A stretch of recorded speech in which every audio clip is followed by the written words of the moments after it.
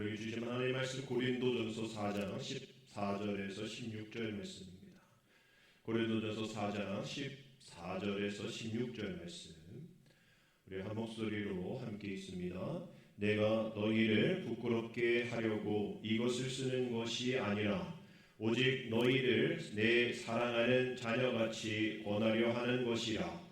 그리스도 안에서 일만 스승이 있으되 아버지는 많지 아니하니 그리스도 예수 안에서 내가 복음으로써 너희를 낳았음이라.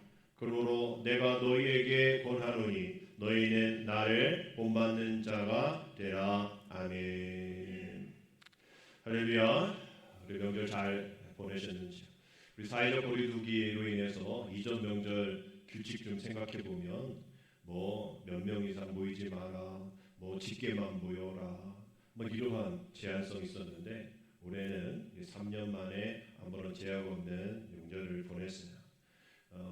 저도 이제 서울 오고 가면서 보니까 뭐 휴게소에도 사람 참 많고 이제 휴게소 안에서 이제 음식을 또 먹을 수 있으니까 많은 그런 사람들이 정말 명절다운 그 명절 이전에 그런 명절의 기분이 난다 뭐 이렇게 얘기를 하더라고요. 이러한 명절이 끝나고 다시 이제 일상으로 돌아왔습니다. 그리고 뭐 예배와 섬김과 봉사 모든 일들이 다시 한번 올 한해 잘 열매 맺는 그러한 가을 또 열매 맺는 또 결산되어질 수 있도록 우리 마지막까지 힘써 주시기를 부탁드립니다. 올해는 오늘은 제89회 기독교 교육 진흥 주일입니다. 우리가 진흥이라는 단어를 한자를 보면 이게 떨칠 진자에 일어날 틈자를 쓰고 있어요. 그래서 요즘 내년도 칼렌더 신청하라고 벌써부터 이제 칼렌더 샘플이 오는데 진흥 칼렌더 회사가 있어요. 거기서도 이런 이 진흥을 쓰는데 떨칠 진자 일어날 틈자를 씁니다. 떨쳐 일어나죠. 또 그렇게 되게 하는 그 뜻을 가지고 있는 것이 진흥이죠. 사람들 이름 중에 흥자 들어가는 사람 있죠. 어제 새벽에도 오늘 새벽이죠. 축구 보신 분 계시죠. 저 뉴스를 봤는데 손흥민이 요새 잘 못해요. 골이 없어요. 근데 오늘 새벽에 무려 15분인가 10몇 분 안에 3골을 넣어가지고 역시 손흥민이 이랬단 말이에요. 그 손흥민의 흥자도 일어날 흥자. 다시 일어나야죠. 옛날에 골든 글로브 슈즈인가 그걸 받았으니까 골든을 위하고지만 골든 슈즈를 뭐 받았으니까 잘해야죠. 일어나야죠. 다시 우리는 부흥해야죠. 그런 흥자를 쓰고 있습니다. 우리 이전에 어머니들이 아이들 요즘에 뭐 그렇게 하지 않지만 코 풀 때 흥해라 흥 이렇게 그러죠. 그 흥도 일어날 흥자는 아니겠지만 우리 어머니들이 우리 자식 또 우리 가문 한번 이렇게 코 풀면서까지도 일어나야지 흥해야지. 우리 전에 어떤 목사님 이름도 강흥복 그래서 강하게 복이 일어나라. 그래서 강흥복 목사님 은퇴하신 분 목사님 자신의 이름을 그렇게 설명하시더라고요. 이런 흥자가 들어있는 오늘 주일이에요. 기독교 교육이 다시 떨쳐 일어나자라는 그런 주일입니다. 기독교 교육하면 유대식 교육을 떠오르게 되는데 우리 유대식 교육 중에 하브루타 교육이 있다고요. 이 하브루타의 뜻이 이제 단짝을 얘기하는 친구를 얘기하는데 이 두 명이 서로 막 토론을 하는 그런 교육 방법입니다. 그래서 도서관을 가면 우리나라 도서관은 떠들면 혼나잖아요. 떠들면 나가서 얘기하라고. 그런데 이스라엘 유다의 도서관은 아주 시끄러워요.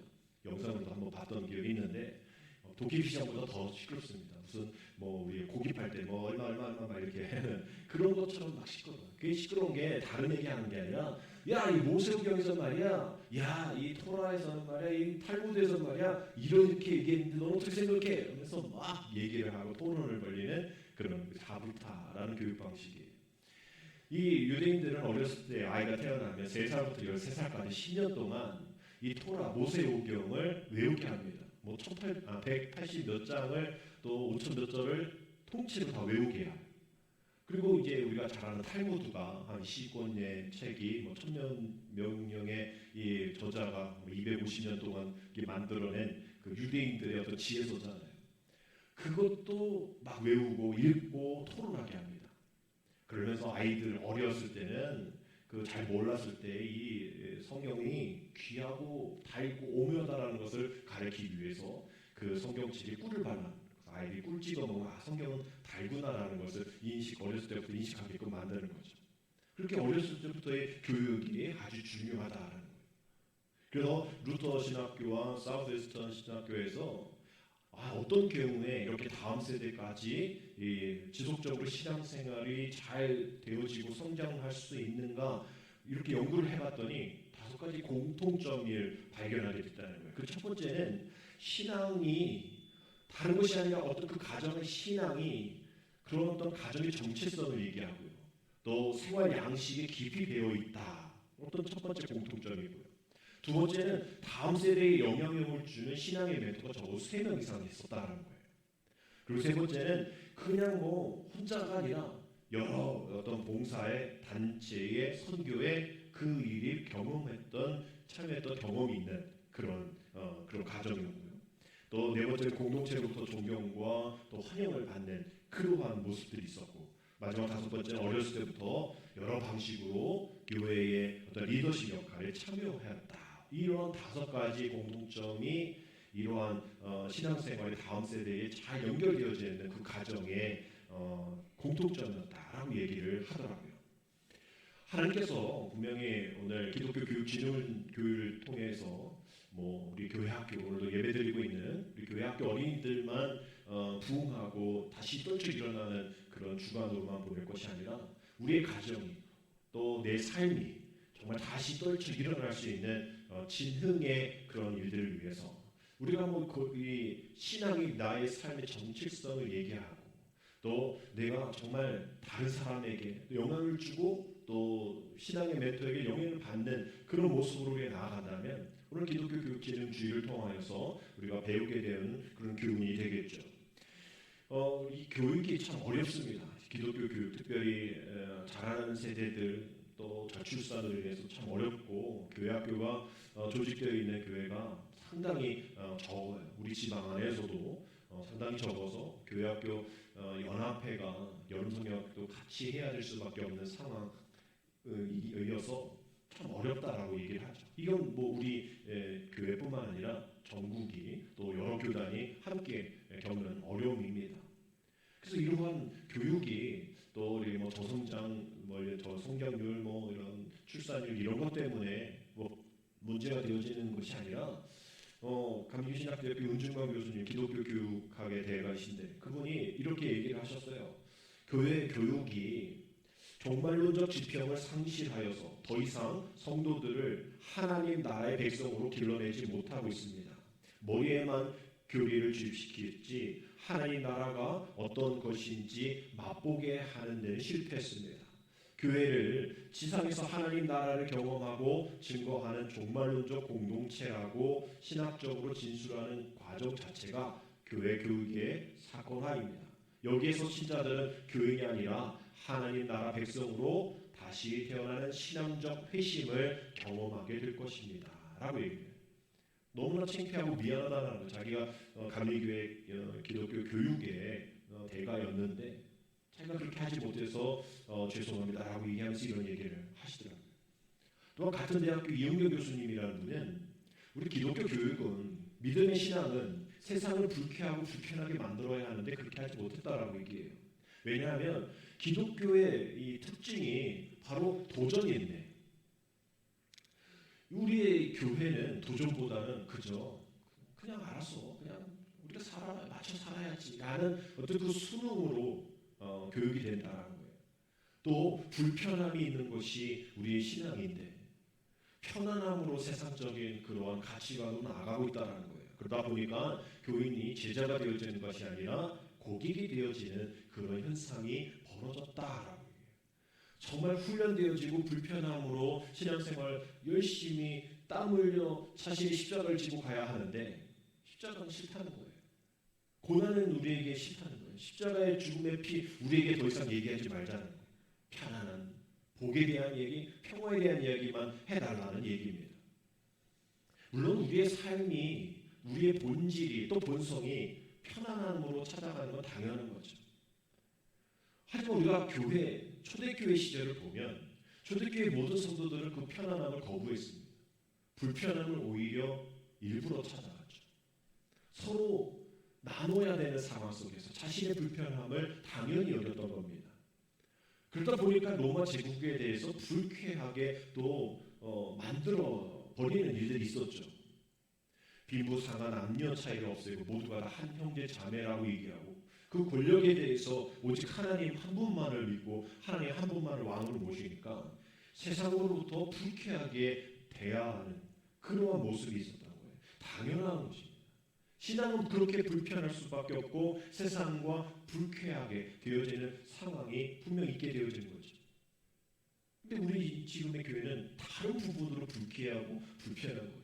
서울에 우리가 잘 아는 그 전 모목사의 그 날받기 그 교회, 뭐 80억으로 시작해서 80억 제한해 이렇게 보상해 주겠더니 안 된다 몇 년 동안 계속 막 소화기 뿌리고 막 시위하고 막 그래가지고 뭐 지금 뭐 800억 몇백억 받았잖아요. 10배 넘게 받는. 세상이 정말 불쾌하고 불편한 거예요. 교회를 볼 때 어떻게 교회가 저럴 수 있어? 알받기를 할 수 있어? 교회가 더 섬기고 나눠주고 살아가는데 어떻게 저게 예수님의 사람이야? 아주 불쾌합니다. 정말 다른 걸로 불쾌해야 되는데 정말 다른 걸로 불편해야 되는데 세상이 교회를 보는 방식이 다른 부분으로 불편하고 불쾌해져 있다는 거죠. 결국 저런 모습들 때문인 거예요. 우리가 해야 할 일들을 제대로 하지 못했기 때문에 그저 교회 출석하는 교인으로 만드는 것이 기독교 교육 아니라는 거죠. 하나님 나라의 백성으로 하나님 나라의 기쁨을 맛보는 그러한 것이 백성, 하나님 나라의 백성이 하나님 나라의 제자인데 과연 그러한 그 교회 알박기한 그 교회 막 세상과 싸우는 그 교회의 성도들이 예배드리면서 하나님 나라의 기쁨을 맛봤을까? 저는 그렇게 보진 않아요. 다분히 정치적이라 생각합니다.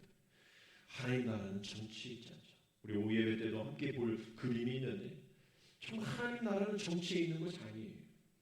기독교 교육의 목표는 변화입니다. 어떻게 하든지 변화가 되어져야 돼요. 그랬던 교회도 우리가 잘못했습니다 하고 변해야 되는 거예요. 나이가 변해도 세상이 변해도 교회가 변해도 뭔가 변해. 교회는 변하는 곳이구나. 변하지 못할 사람이 들어가서 변했구나 라는 것을 이야기할 수 있는 그러한 모습이 기독교 교육을 통해서 나타나야 되는 거죠. 그래서 오늘 기독교 교육진흥주의를 통해서 우리가 가져야 될 목표는 그래 변해야지. 내가 변해야지. 우리 가정이 변해야지. 아버지 내가 변해야지. 아내 내가 변해야지. 자녀 내가 변해야지. 목사 내가 변해야지. 지분자인 내가 변해야지. 그래야 부흥하지. 그래야 다시 한번 진흥하지.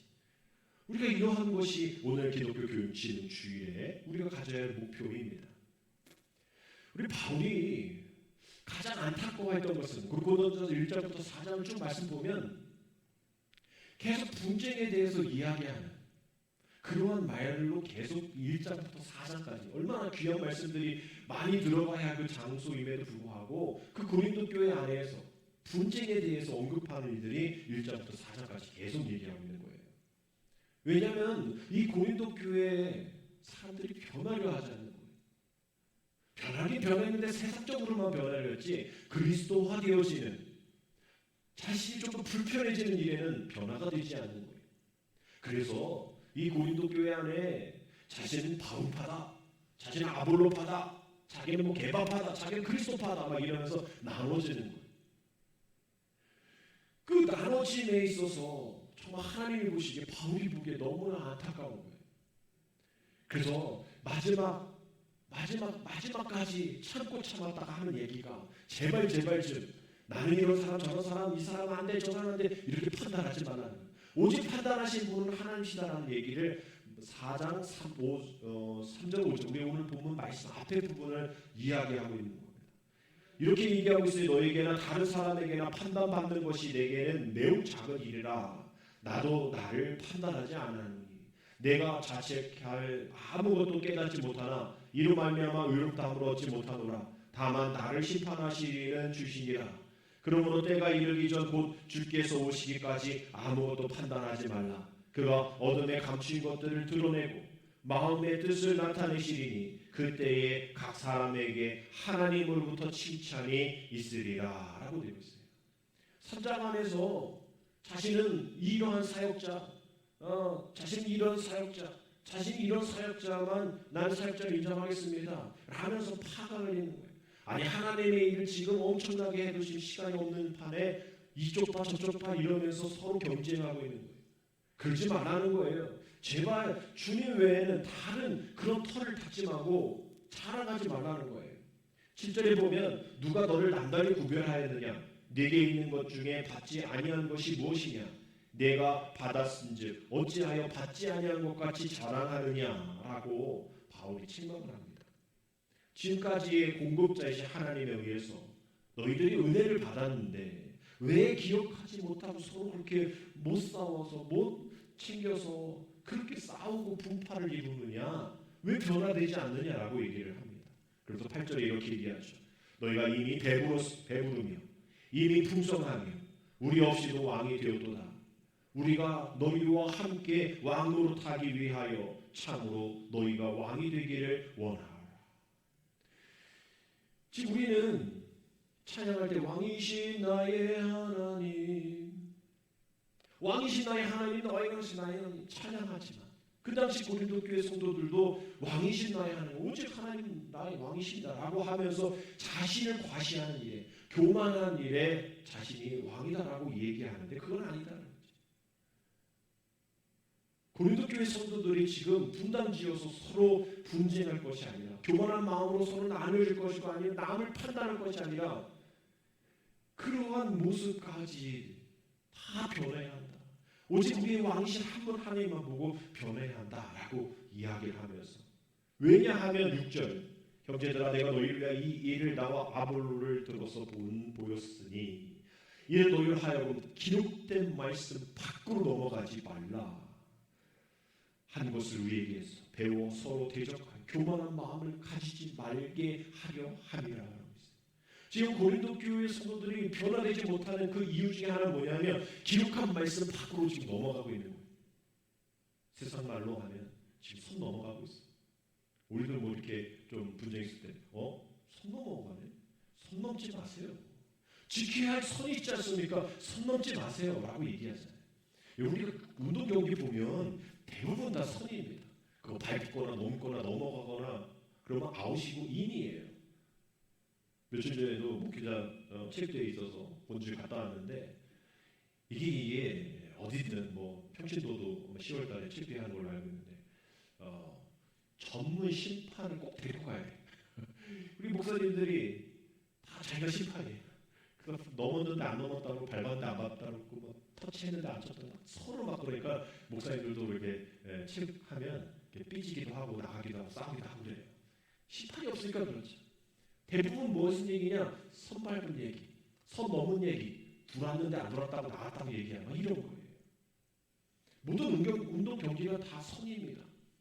야구도 보면 동글뱅이 선이에요. 그거 들어오면 몇 점, 나가면 몇 점, 그거 아예 바꿔나오면 0점. 우리에게 하나님의 말씀, 기록된 그 말씀이 우리가 지켜야 될 선인데 고린도 교회 성도들이 그 선을 넘어가고 기록된 말씀 밖으로 넘어가서 전혀 말씀과 상관없는 기록으로 점수로 인정받지 못하는 일들만 계속 하고 있는 거예요. 그래서 하는 얘기가 손 밟지 마, 손 넘지 마. 하나님의 말씀에 그 손 넘지 마. 세상과 타협하려고 넘어가는 그 손. 아유 이러면 괜찮아. 세상 사람 다 그래라고 넘어가는 그 손. 하나님의 말씀 안에 들어오면 주님 말씀처럼 불편하고 힘든 세상을 불쾌하게 만드는 일을 하지 않아도 되라고 그저 편하게 살아가야 하는 그런 세상의 방식에 익숙해져서 그 말씀의 선 안으로 들어오지 않는 이들, 헌신하지 않는 이들, 그저 고객과 같은 그런 모습으로 살아가려고 선 밖을 넘어가는 우리들에게도 기독교 진흥 교육 주일을 통해서 하는 하나님의 한 가지 말씀은 다른 건 아니죠. 기록된 말씀 밖으로 나가지 마. 선 밟지 마. 관계 속에서도 마찬가지예요. 목회자들 그렇게 해서 대하지 마. 너 아무로 팔아, 뭐 개밥하다 패도 어쩌다 하지 마. 오직 하나님 안에 있어야 그게 인정되는 거지. 그 바깥에는 아무 소용없어. 그리고 바울이 얘기하는 겁니다. 우리는 분명한 기준으로 살아가지 않으면 세상과 타협할 수 있는 일들이 너무나 많아졌어요. 얼마 전에 목회 데이터 연구소에서 한국 교회 트렌드 2023이라는 책을 폈는데 그 책에서 이렇게 얘기합니다. 지난 2년여의 코로나 이 기간을 잘 살펴봤더니 교회가 세 부류로 나눴다는 거예요. 첫 번째 부류는 뭐냐면 다들 어렵다고 하는 와중에 조직을 재정비하고 새로운 전략으로 여러 시행착오를 거쳐가면서 다시 일어나는 교회가 있었고, 어떻게 하든지 노력해보지만 여의치 않아서 그냥 포기하는 교회.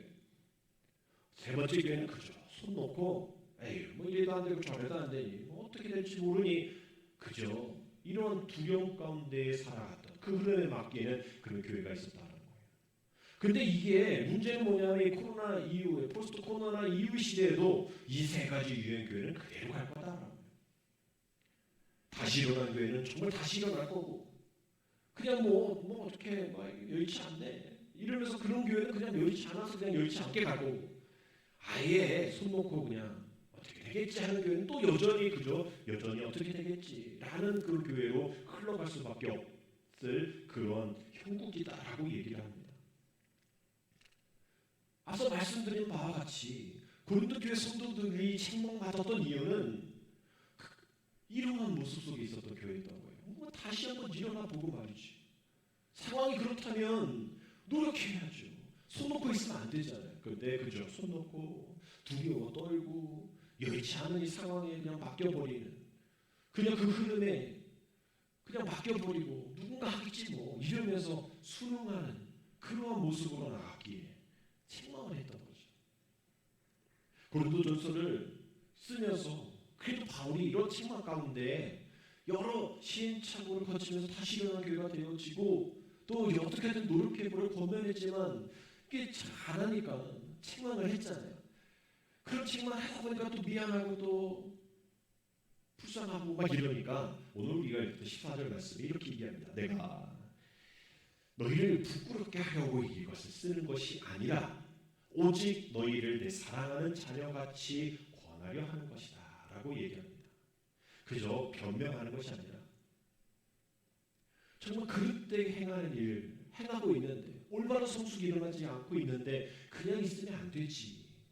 그래서 15절 말씀처럼 그리스도 안에서 일만 스승이 있지만 아버지는 많지 않고, 그래서 예수 그리스도 안에서 내가 복음으로서 너희를 낳았잖아. 그렇기 때문에 내가 너희를 사랑하는 자녀같이 권하려고 이렇게 1장부터 4장까지 책망하는 거야 라고 얘기를 하는 거예요. 일만 스승은 많지만 정말 사랑하려고 권면하는 아비가 적기에 나는 그 아비의 마음으로, 아버지의 마음, 이전성에는 아비라고 표현되어 있어요. 그 아버지의 마음으로 내가 너희를 책망하는 거야. 내 사랑하는 자녀들아, 제발 안타까워 이것이 하나님의 말씀으로 음성으로 들어라면서 눈물 섞인 목소리로 부르짖는 바울의 모습이 오늘 위의 말씀 가운데 있는 겁니다. 그저 편하게 그저 상관 안 하면 쉽겠죠. 그러나 분명 사도로서 수고를 했어야 하는 그런 의무가 있었던 겁니다. 그래서 갈라디아서 4장 19절 말씀 보면 나의 자녀들아 너희 속에 그리스도의 형상을 이루기까지 다시 너희를 위하여 해산하는 수고를 한다라고 얘기해요. 해산하는 수고로 한 뒤에 얻은 자녀, 정말 그 사랑보다 더 큰 사랑이 우리 인간 세상에서는 없잖아요. 그러니 가장 최고의 사랑을 표현할 수 있는 해산의 수고의 사랑으로 내가 너희를 사랑한다. 그 부모의 마음으로, 아버지의 마음으로 내가 너희를 사랑하는 마음으로 너희를 이렇게 가르치고 내가 너희를 이렇게 교훈한다라고 얘기하는 거예요. 정말 그러한 마음으로 가르쳤고 교훈했지만 듣지 않고 반항하고 어긋나면 우리 이 세상의 부모도 그런 자녀 보면 마음이 안타깝잖아요. 바울 역시 그러한 고린도 교인들이 변화되지 않고 어긋나고 반항하는 그런 모습, 믿음이 성장되지 않고 변화되지 않는 모습이 너무나 안타까웠던 거예요. 그렇다고 온유한 마음 가지고 그저 괜찮아 하면 되겠냐는 거죠. 아니잖아요. 그것도 아니잖아요. 그러니 어쩔 수 없이 마음의 고통을 안고 고린도 교회 성도들에게 권면할 수밖에 없다는 거예요. 그러한 고통 없이 참다운 자녀로 양육할 수 없기 때문에 부모의 마음으로, 아버지의 마음으로 그 아픔을 지금 맛보고 있다라고 얘기를 하는 겁니다. 결국 교회는 일반 스승과 같은 그러한 교사의 사역도 필요하지만 정말 진정으로 필요한 사역은 아버지로서 품어주고, 일만의 스승이 필요한 것이 아니라 한 아비가 한 아버지가 필요한 것처럼 정말 그런 영적 아비가 우리 안에, 우리 교회 안에 많이 있어야 한다는 거예요. 데살로니가전서 2장 7절 8절에 보면 우리는 그리스도의 사도로서 마땅히 권위를 주장할 수 있으나 도리어 너희 가운데 유순한 자가 되어 유모가 자기 자녀를 기름과 같이 하였으니 우리가 이같이 너희를 사모하여 하나님의 복음뿐 아니라 우리의 목숨까지도 너희에게 주기를 기뻐함은 너희가 우리의 사랑하는 자 됩니다. 아멘. 바울에게는 이런 성도를 사랑하는 그런 마음이 정말 마음 깊은 곳 가운데 내 목숨까지도 줄 수 있는 그런 마음으로 내가 마음 가운데 있어 라고 이야기하는 거예요. 예수님의 마음인 것이죠. 분명 예수님 마음에 복수가 있었겠죠. 그것을 드러낼 수 있는 능력도 있었을 겁니다. 그런데 예수님의 마음 가운데는 늘 복수가 아니라 복수가 아닌 복음이 있었던 거예요. 그래서 여러분의 마음 가운데 누군가를 미워하고 싶고 누군가를 용서하지 못하는 그런 마음에 복수가 있다면 여러분 그 복수 대신 복음을 심으십시오. 복수의 말하듯이 복음을 전하십시오. 그렇게 되어지면 오늘 이 데살로니가서 2장 7절 8절의 말씀이 우리의 삶이 될 겁니다. 왜 교회 안에 또 왜 내 삶에 이러한 다툼이 많을까? 어떻게 보면 이렇게 다툼이 있을까? 그 안에 아버지가 없어요. 다 스승이야. 다 자기가 가르친 대로 해야 해. 서로 가르치려고 만듭니다. 이 사람도 가르치려고 저 사람도 가르치려고. 목사를 가르치려고 하고 말이죠. 어른을 가르치려고 하고 말이죠. 우리가 배가 많은 산에 배가 산으로 간다 뭐 이런 상황이 산에 간다. 배가 산에 간다는 그 속담이 정말 교회 안에서도 있는 거예요. 너도 나도 스승이에요. 스승끼리 모이면 싸움이에요. 저도 제 모교에서 대학교 4학년 신학생을 가르친 적 있었는데 제가 오래 안 한 게 참 다행이다 싶어요. 그 안에 서로 싸우는데 말이죠. 스승이잖아요. 학식이 대단하신 분 아닙니까? 감리교를 대표하시는 분들인데 그런데 서로 싸우는데 장난 아니게 싸우시고 서로 남을 죽이는 상대방을 죽이는데 이건 어떻게 저럴 수 있을까 싶을 정도로 교수이시고 목사이신 분들이 그렇게 싸우시더라고요. 왜 그럴까 보니까 결국은 스승이 많이 모여서 그런 거예요. 일만의 스승이 너무나 가득 차 있는 아비 같은 스승이 없는 거예요. 그래서 제 친구가 교수로서 아비 같은 스승을 한번 해봤거든요. 교수에서 탈락되더라고요. 왜? 자기가 그렇게 못하니까.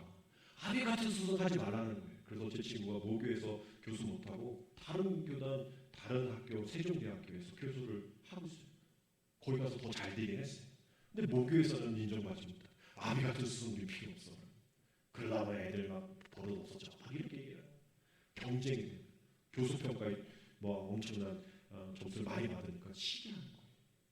스승끼리 모이면 싸웁니다. 그러나 아비끼리 모이면 생명이 생겨나요. 그래서 요즘도 계속 진행되어지는 것이 아버지 학교입니다. 우리 교회에서도 한번 갈 수 있으면 좋겠어요. 아버지 학교. 저는 유니폼이 좀 마음에 안 들어서 좀 가고 싶지 않은데 하여튼 유니폼이 좀 이렇게 좀 그래요. 하여튼 근데 그런 거 입고 다니면 아버지 학교 다니시구나 라고 생각할 정도로 그 유니폼이 아버지 학교 아주 유명합니다.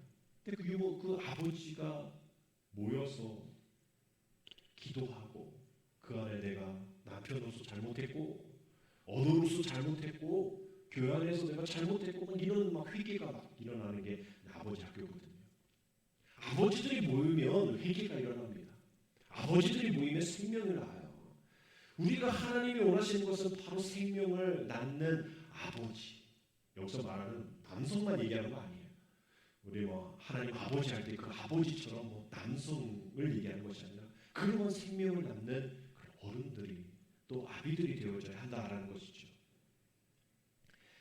그리고 우리의 신앙 가운데 이 시대의 비극을 한번 살펴보면 스승은 많은데 품어줄 아비가 없다라는 거죠. 그런 공동체가 없다는 거예요.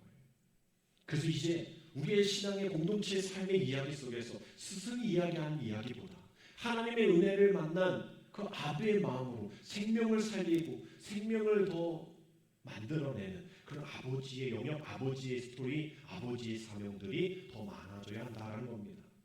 그래서 오늘 마지막 말씀 16절을 보면 우리 같이 읽겠습니다. 그러므로 내가 너희에게 권하노니 너희는 나를 본받는 자가 되라.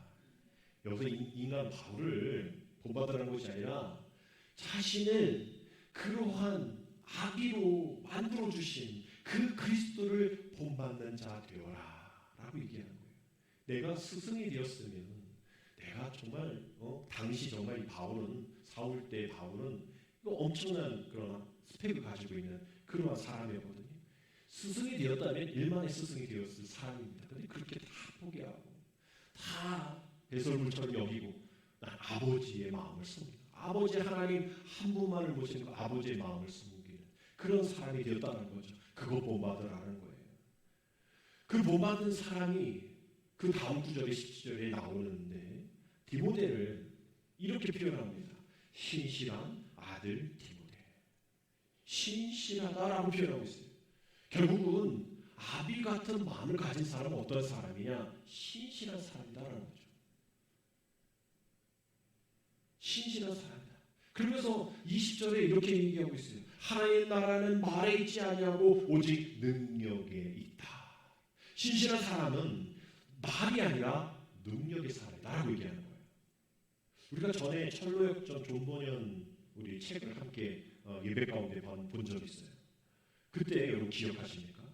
크리스찬이라는 이름의 주인공이 길을 가다가 한 사람을 만나는데 그 사람의 이름이 신실이었어요.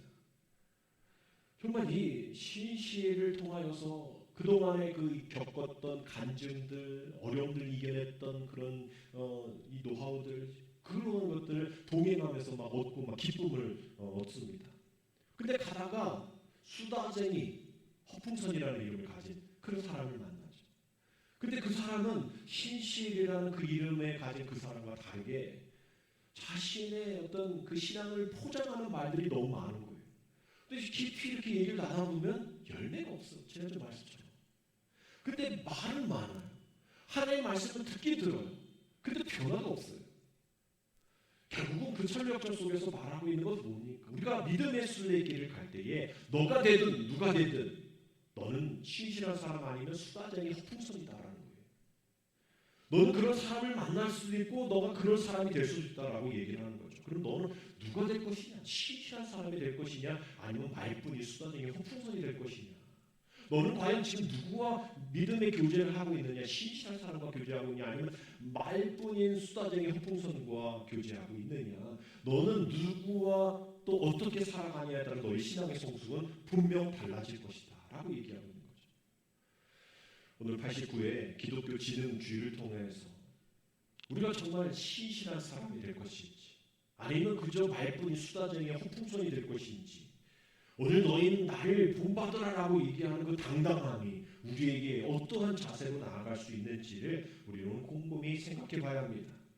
오늘 기독교 교육의 대상이 오늘 저쪽에서 예배드리는 교회학교 어린이들뿐만 아니라 또 그것을 가르치는 교사들뿐만 아니라 우리가 기독교 교육의 교사로서 오늘 우리가 그것을 가르쳐야 될 그 장소가 이 교회뿐만 아니라 우리의 가정 또 우리의 삶의 공동체 더 나아가서 세상의 열방 선교, 전도 이런 것이 우리 기독교 교육이고 그것을 행해야 할 신실함으로 행해야 할 아버지의 마음으로 행해야 할 사람들이 바로 나라면 우리가 바로 기독교 교육의 교사들인 것이죠.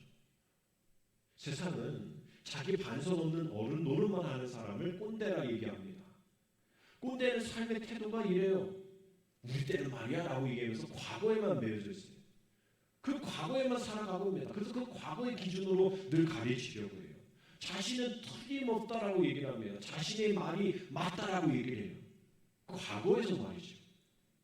제일 심각한 점은 변하지 않아요. 반성이 없다는 겁니다. 성경에 나오는 최강의 꼰대를 우리는 바리새인이라고 보고 있어요. 오후에 그 이야기를 더 자세하게 나눌 텐데 바리새인은 아버지가 아닌 늘 스승의 마음으로 어른 노릇하려고 했던 그런 모습이 있습니다. 잔치에서는 상석에 앉으려고만 했고요. 또 저렇게 뭐 어렵고 뭐 천하고 뭐 창녀 뭐 이런 새 얘네들 나랑 달라요 얘기하면서 자신을 아주 귀족주의로 높였던 사람입니다. 금륜의 눈물도 없어요. 부끄러워할 줄도 몰라요. 변화도 없어요. 근데 예수님은 달랐잖아요. 세리와 죄인들의 친구가 될 정도로 소통했고 낮은 자들을 일부러 찾아가셨고 그러한 이방인 우리를 찾아오셨어요. 또 그리고 우리 아픔을 위해 우셨습니다. 그래서 마침내 자신의 몸을 십자가에 내주면서까지 우리를 사랑하셨죠. 주님은 아버지의 마음을 품은 참 스승이었습니다. 그 참 스승의 제자인 우리도 오늘 제목과 같이 아버지의 마음을 품은 제자가 되어야 한다라는 것이죠. 여러분, 새로운 한 주 또 한 해를 마무리하는 그 시점에 열매 맺어야 할 우리들, 과연 신실함으로 그 열매를 맺을 수 있을지, 아버지의 마음으로 열매를 맺을 수 있을지, 입으로만 무성한 무화과 나무를 젖었던 주님 그 상황처럼 열매 없는 자로 수다쟁이 허풍성과 같은 그러한 모습으로 우리가 살아갈지, 변화없는 모습으로 살아갈지, 오늘도 우리 기독교 지능 주일을 통해서 다시 한번 떨쳐 일어나기 위하여 하나님 아버지의 마음으로 성장하는 제자 되게 하시고 신실한 디모데와 같은 사랑받던 제자와 같은 그런 모습으로 살아가서 아버지의 마음으로 한 영을 품을 수 있고 아버지의 마음으로 생명을 살릴 수 있는 우리 공동체의 모든 성도 되게 하여 주옵소서. 나 되게 하여 주옵소서. 지역에 많은 축제가 일어나고 있지만 하나님 이곳이 우리의 삶이 온 열방의 구원의 축제가 되어서 정말 일만의 스승이 차 넘치는 그러한 곳이 아닌 한 아버지의 마음으로 온 열방을 품는 믿음의 아버지들이 우리 교회 안에서 다시 시작되어질 수 있도록 그 사역이 그 마음이 다시 시작되어질 수 있도록 하나님 도와주옵소서. 오늘도 한 주 기도하며 나아가는 저와 되시기를 주님의 이름으로 축복합니다. 기도드립니다.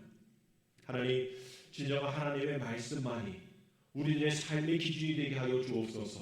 그 말씀을 마음에 품은 한 아버지의 심정으로 모든 이들을 대하게 하시고 가르치려고만 하는 스승이 아니라 책임져 주고 품어주고 함께 아파하고 위로하는 아버지의 심정으로 모든 이들을 대할 수 있는 주님의 신실한 제자, 아버지의 마음을 품은 제자 되게 하여 주옵소서. 예수님의 이름으로 감사하며 기도드립니다. 아멘.